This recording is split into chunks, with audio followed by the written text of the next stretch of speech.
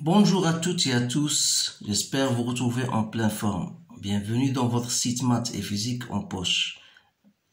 Aujourd'hui, dans cette séance, je voudrais partager avec vous, chers étudiants et étudiantes, un sujet très intéressant concernant l'étude d'une fonction. Donc cette fonction n'est pas comme les autres fonctions, c'est une fonction particulière qui nécessite une certaine concentration, qui nécessite bien sûr de vous avoir un bagage sur toutes les notions que vous avez vues en cours. Et bien sûr, vous pouvez pas, dans ce cas-là, vous pouvez bien sûr répondre aux tous les genres de questions qu'on vous pose le jour de l'examen. Alors, pour ne pas parler trop, donc voilà, le sujet est devant vous. Vous avez une fonction qu'on peut dire, une fonction étendue par continuité. Donc, elle a défini sur R. Bien sûr, le domaine de définition c'est R. Il est défini pour x inférieur ou égal à 0 et pour x strictement supérieur à 0. Voilà l'expression de f de x pour x inférieur ou égal à 0. Et voilà son expression pour x strictement supérieur à 0. Donc, soit c'est f la courbe représentative dans un repère qu'on suppose ordre normé. La première question montrait que f est contenu en 0. Montrer que quel que soit x inférieur strictement à 0, vous avez f de x moins 2 sur x égale à 1 plus 2 fois exponentielle de x moins 1 sur x, 1 sur e de x plus 2. Et calculer la limite de f de x moins 2 sur x et conclure. Donc voilà, on va répondre tout simplement à ce genre de questions, une question après question. Et vous pouvez soit stopper votre vidéo pour lire les questions et répondre, soit vous allez me suivre comment je vais rédiger bien sûr ce genre de questions.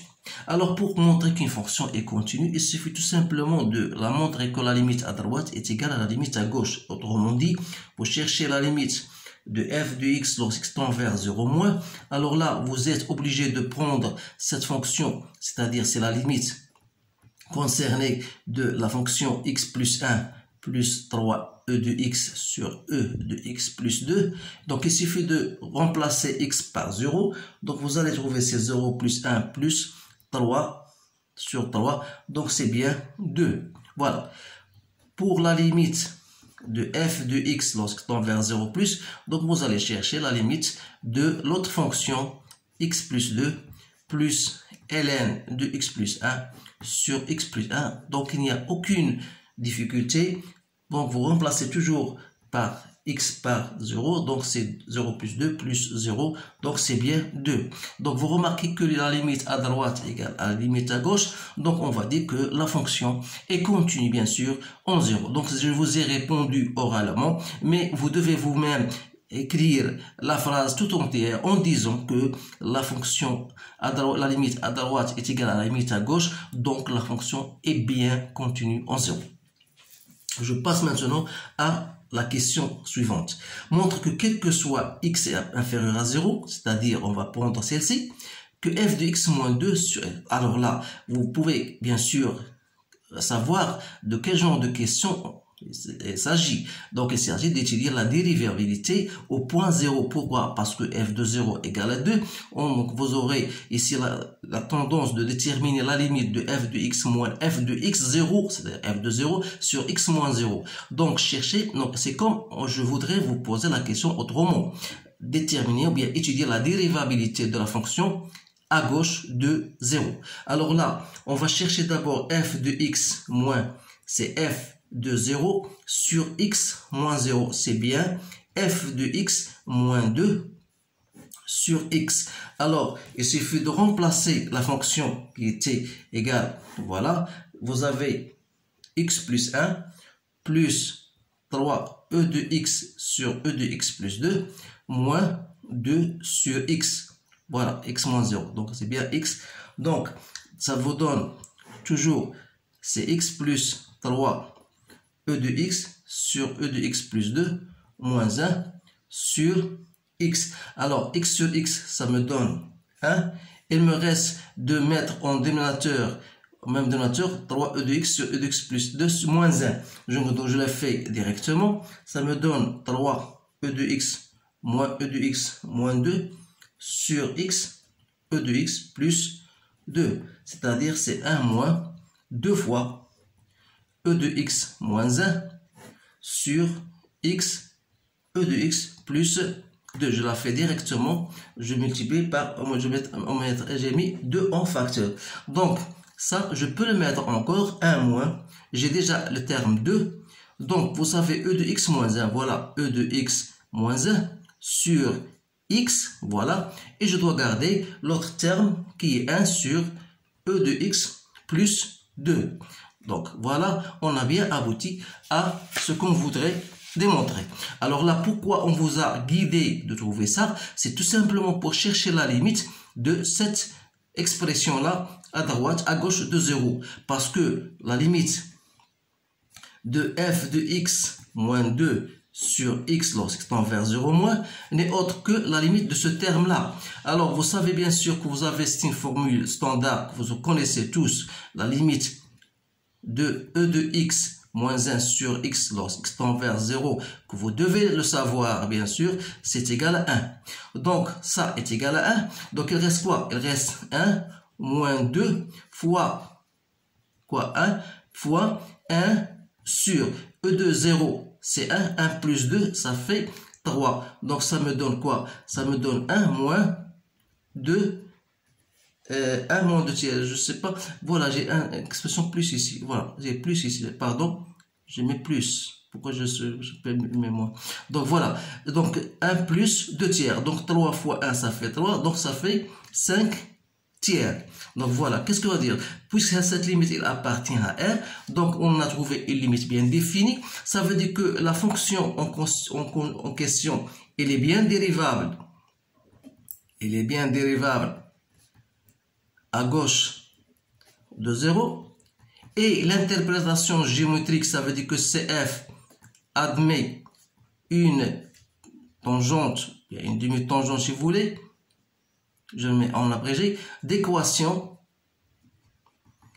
y égale à f' de x0, c'est-à-dire c'est f' de x0, c'est égal à 0 fois x plus f de 0.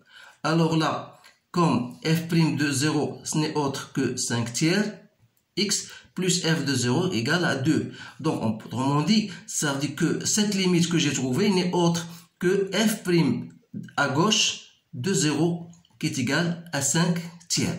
Voilà, je peux maintenant, en traçant notre courbe, on va mettre en relief l'équation de la tangente au point 0. Alors là, vous devez bien savoir comment faire ceci. Alors maintenant, je passe à notre question. On vous dit, voilà, on vous donne une autre fonction qu'on va utiliser par la suite. On vous donne une fonction h de x égale à ln de x moins x pour x strictement supérieur à 0. Étudier les variations de cette fonction. Donc c'est une question, c'est une fonction très simple. Il suffit de chercher sa dérivée, étant donné bien sûr que la fonction h est dérivable. Donc h' de x n'est autre que 1 sur x moins 1, c'est-à-dire 1 moins x sur x. Il m'est très facile de dresser notre tableau de variation. Voilà h' de x et voilà h de x.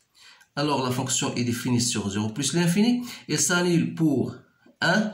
Donc il a le signe de a ici. Donc il a ici positif. Donc voilà, il suffit de chercher h de 1 qui n'est autre que moins 1. La limite au 0 plus, c'est très facile de la déterminer. Donc voilà votre tableau de variation.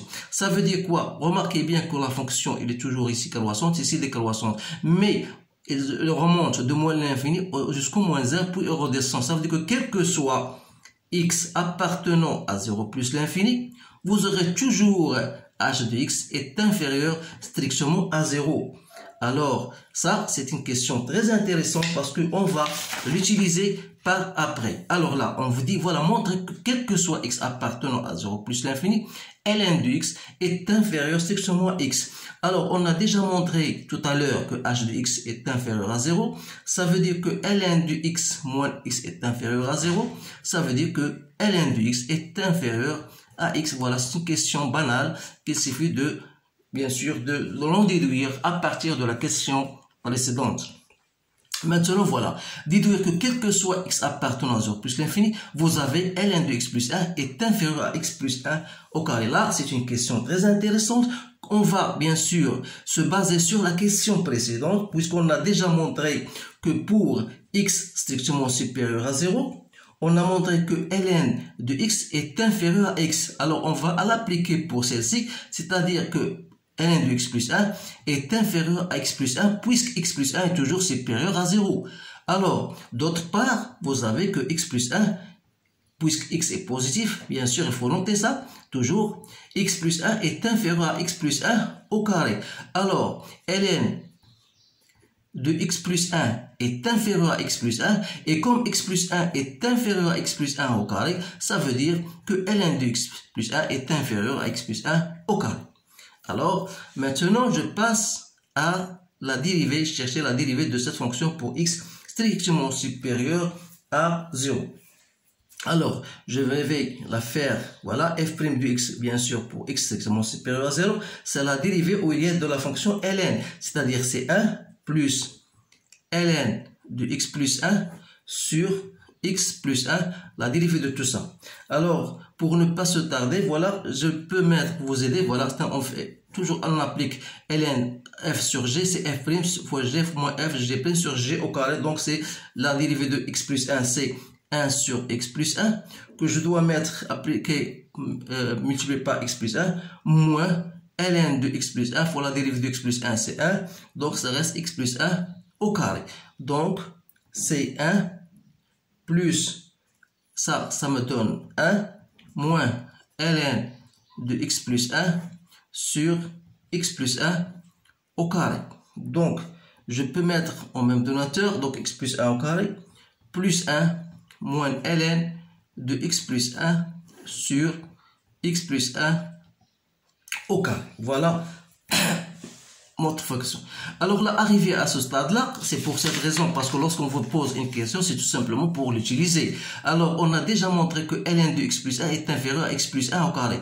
Donc, x plus 1, ça veut dire que x plus 1 au carré est supérieur, je vais l'écrire de manière plus simple, voilà, c'est x plus 1 au carré, moins ln de x plus 1, plus 1. Voilà, pour qu'il vous apparaisse plus mieux. Alors là, on a déjà montré que x plus 1 au carré est supérieur à ln de x plus 1, c'est-à-dire que ce terme-là sera positif, plus 1, c'est toujours positif, donc le signe de cette fonction f' est toujours positif. Voilà la réponse à cette question. De la même manière, on va chercher la dérivée de cette fonction pour x inférieur strictement à 0, c'est-à-dire f' de x égale 1 plus 3 exponentielle de x plus 2 moins 3 exponentielle de x fois l'exponentielle de x sur exponentielle de x plus 2 au carré. Alors je m'excuse, chers étudiants, si je pars assez vite, parce que tout simplement, cela vous devez bien sûr savoir comment déterminer la fonction dérivée. Alors je vais vous donner tout simplement la réponse à cette question. J'ai trouvé moi 1 plus 6 e de x sur e de x plus 2 au carré. Il suffit de s'assurer de ça. Alors là, vous avez un terme positif, donc c'est toujours, ça veut dire que f' de x, voilà, est toujours positif. Donc sa fonction, on peut dire que la fonction donc est croissante, soit pour x inférieur à 0, soit pour x supérieur à 0. Donc voilà la conclusion qu'on doit dire. Alors maintenant, calculer, parce qu'on ne peut pas déterminer le signe, donc on ne vous donne pas déterminer le tableau de variation, on va le déterminer après. Voilà. Calculer la limite de f de x lorsqu'x tend vers plus l'infini. Donc la limite de f de x lorsqu'x tend vers plus l'infini. Et là, c'est quoi? C'est la limite lorsqu'x tend vers plus l'infini de x plus 2 plus ln de x plus 1 sur x plus 1. Alors là, si vous remplacez x par plus l'infini, ça donne plus l'infini sur plus l'infini. C'est une forme indéterminée. Alors, je vous conseille de poser, par exemple, x plus 1 égale à t. Alors, lorsque x tend vers plus l'infini, alors t tend vers plus l'infini, on aura, c'est la limite, plus l'infini de x plus 1, ça ne me pose aucun problème. Lorsque x, bien sûr, et je dis x tend vers plus l'infini, plus la limite, cette fois-ci, je mets un t, lorsque x tend vers plus l'infini, de ln de t sur t. Alors ça, c'est 0, et ça, c'est plus l'infini, donc c'est plus l'infini. Donc, pour la limite de f de x lorsque x tend vers plus l'infini, moins l'infini, c'est très facile. Donc, il suffit de remplacer x, donc ça vous donne moins l'infini. Voilà, maintenant, je vais dresser mon tableau de variation comme suivant. Donc voilà x, f' de x, voilà f de x. On a déjà la fonction est définie sur 1. Alors, soit pour x supérieur à 0, soit pour x inférieur à 0, on a déjà montré qu'il est une fonction croissante. On a bien les limites. Voilà, on a montré que f de 0, c'est quoi? C'est 2. Voilà le tableau de variation de la fonction f. Voilà, on a terminé maintenant la première partie et on va passer à la seconde pour terminer ce sujet-là. Alors voilà, on vous donne calculer la limite de f de x moins x plus 2 et la limite f de x moins x. Alors là, ça saute aux yeux, c'est tout simplement, au lieu de vous dire déterminer les branches infinies, donc vous allez ici bien sûr montrer que la droite d'équation x plus 2 soit x plus 1, c'est une asymptote oblique. Alors on doit déterminer la limite pour montrer qu'elle est égale à 0. Donc on va chercher donc la limite lorsqu'il tend vers plus l'infini de f de x moins x plus 2. C'est-à-dire c'est la limite lorsqu'il tend vers plus l'infini de ln de x plus 1 sur x plus 1. Et ça, c'est 0 en posant x plus 1 égale à t. Pas de problème.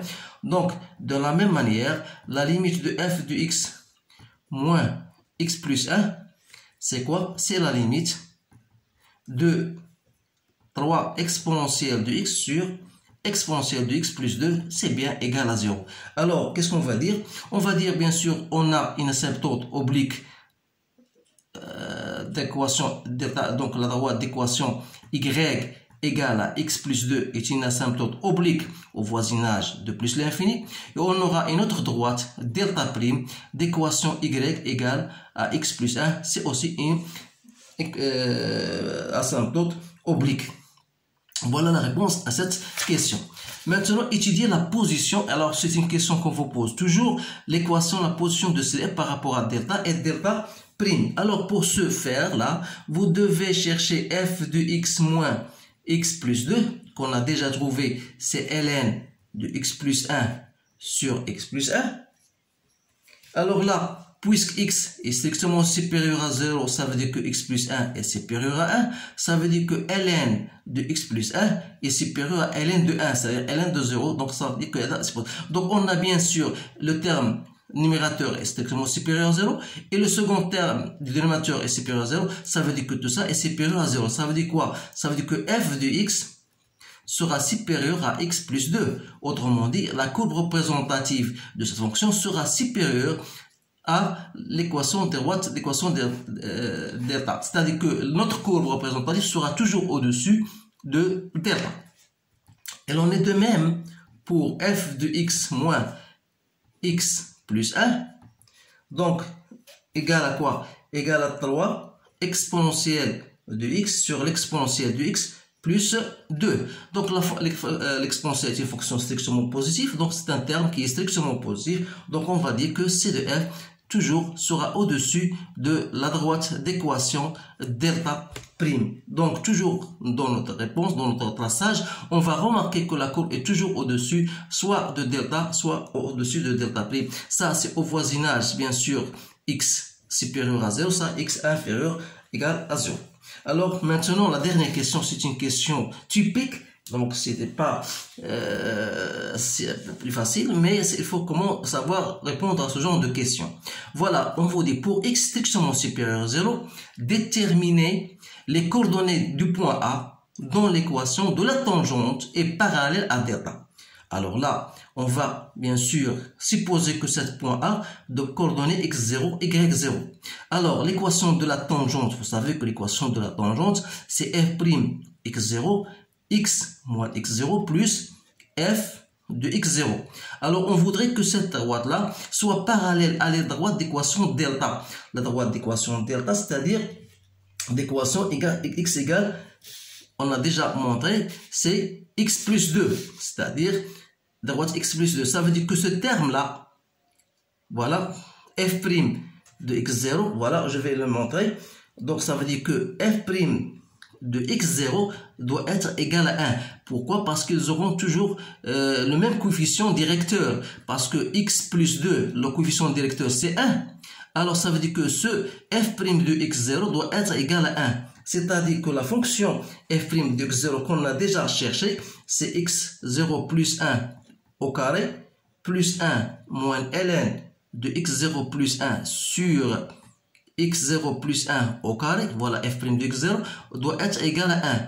C'est-à-dire que x0 plus 1 au carré, voilà, plus 1 moins ln de x0 plus 1 égale à x0 plus 1 au carré. Donc, je vais simplifier ça par ça. Il me reste ln de x0 plus 1 égale à 1. Ça veut dire que x0 égale à e moins 1. Voilà les coordonnées de ce point A. Donc, il suffit de chercher f y0 n'est autre que f de e moins 1 pour déterminer ce point-là. Donc, pour moi, je l'ai déjà trouvé. J'ai remarqué que e moins 1, voilà, e moins 1, c'est quoi? E moins 1, c'est 2,7 moins 1, ça veut dire c'est 1,7. Donc vous allez chercher l'image de 1,7, c'est à peu près, j'ai trouvé 3,6 ou bien 3,8. Voilà, donc il ne me reste que tracer maintenant notre courbe. Alors, pour tracer la courbe, on vous a dit bien sûr on admet qu'il existe un certain alpha appartenant à cet intervalle tel que f de alpha égale à 0. Mais je vous conseille de le faire.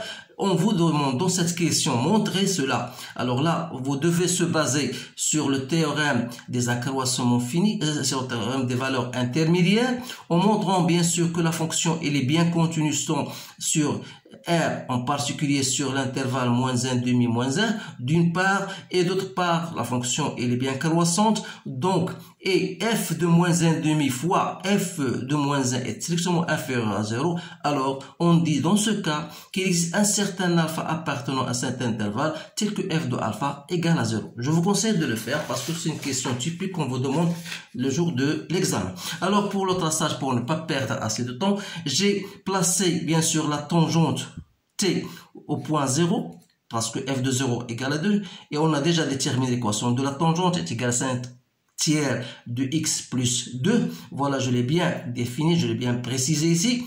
Et j'ai tracé la droite d'équation x égale à plus y égale à x plus 2. Et de même pour delta prime, pour x inférieur à 0, d'équation y égale à x plus 1. Et donc, il ne me reste que tracer bien sûr notre courbe. Alors là, pour le traçage, donc il faut faire bien attention. On a dit que pour le point E moins 1, c'est-à-dire 1,7 à peu près ici. Donc, dans ce point-là, j'ai trouvé l'image de ce deux points-là. Bien sûr, c'est E moins 1. J'ai à peu près trouvé, voilà 2, voilà 3, voilà 4. C'est à peu près 3,6. Donc, c'est à peu près ce point-là. Plus ou moins. Donc, le traçage de cette fonction, ça veut dire que vous aurez une fonction, la tangente de l'essai. En ce point-là, elle a la même tangente parallèle, si vous voulez. Voilà, parallèle. On aura la courbe de cette manière. Voilà, je vais le faire. Voilà, plus ou moins, je vous donne une courbe grosso modo. Voilà. Elle aura cette allure en allant toujours côtoyer cette. Voilà. Donc, essayez bien sûr de s'habituer à tracer ce genre de fonction. Donc, c'est plus intéressant. Et on a dit entre, il existe un certain alpha qui va couper bien sûr, la courbe va couper bien sûr cet axe. Donc, voilà, plus ou moins. Voilà.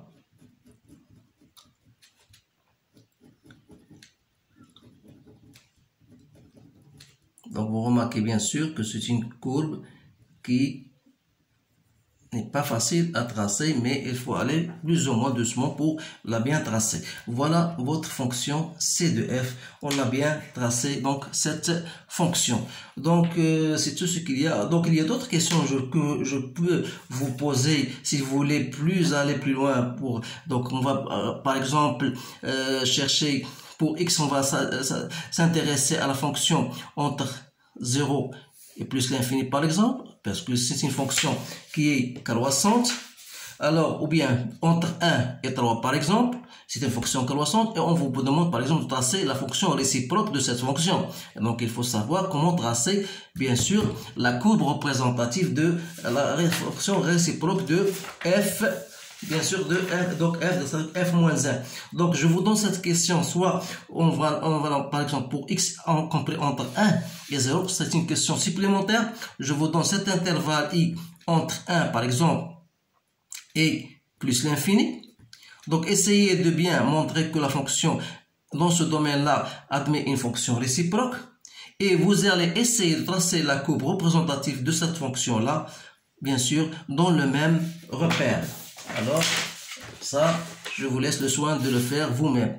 Donc voilà, x, voilà y. Donc c'est tout ce qu'il y a dans ce sujet-là. Donc je vous remercie de votre compréhension et de votre attention et je vous souhaite toujours une bonne chance et je vous dis à bientôt.